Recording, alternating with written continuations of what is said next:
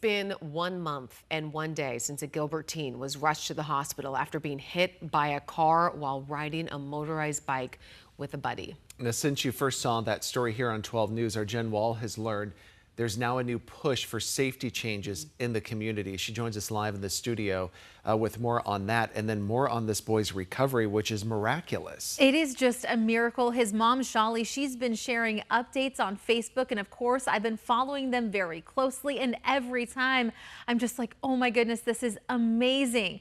Thankfully, the Cook family says Colton's recovery, it's a miracle. After spending weeks in the hospital's intensive care unit, he's finally home. Now, he still has work ahead with rehab, but his family is so thankful for the incredible care and his improvement.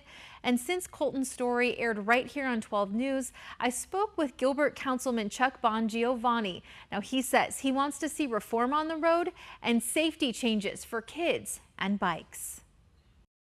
An avid bike rider himself, Gilbert Town Council member Chuck Bongiovanni is now pushing to prevent bike crashes. I've just seen too many incidences happen in Gilbert, with the e-bikes and with the kids. 14-year-old Colton Cook is one of the latest crash survivors. His mom speaking with 12 News after Colton was badly hurt in a Gilbert motorbike crash on May 30th. And I know we have a long road ahead of relearning a lot, and that's the hardest part.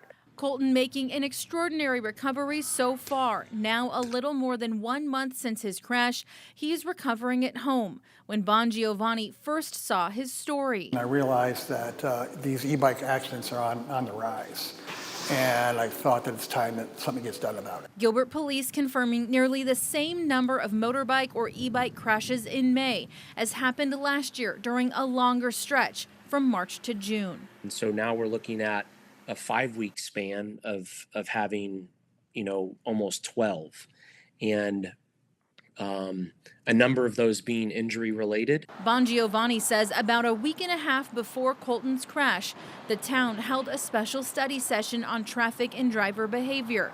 Now he's calling for another one. So I'm looking at talking to the rest of the council about the possibility of mandating helmets for e-bikes or in general for all minors. Over the years, that hasn't really been enforced. So I think it's time that kids start being more safe on these bikes. Colton's mom, Shali, wants to see more safety measures taken in Gilbert, too.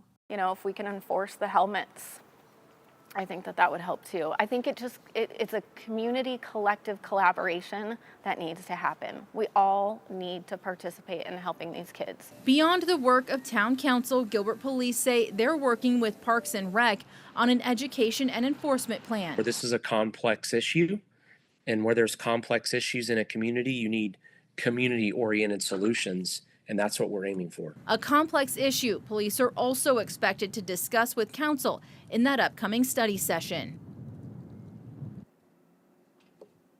Now, Bongiovanni says the bike helmet study session will likely happen next.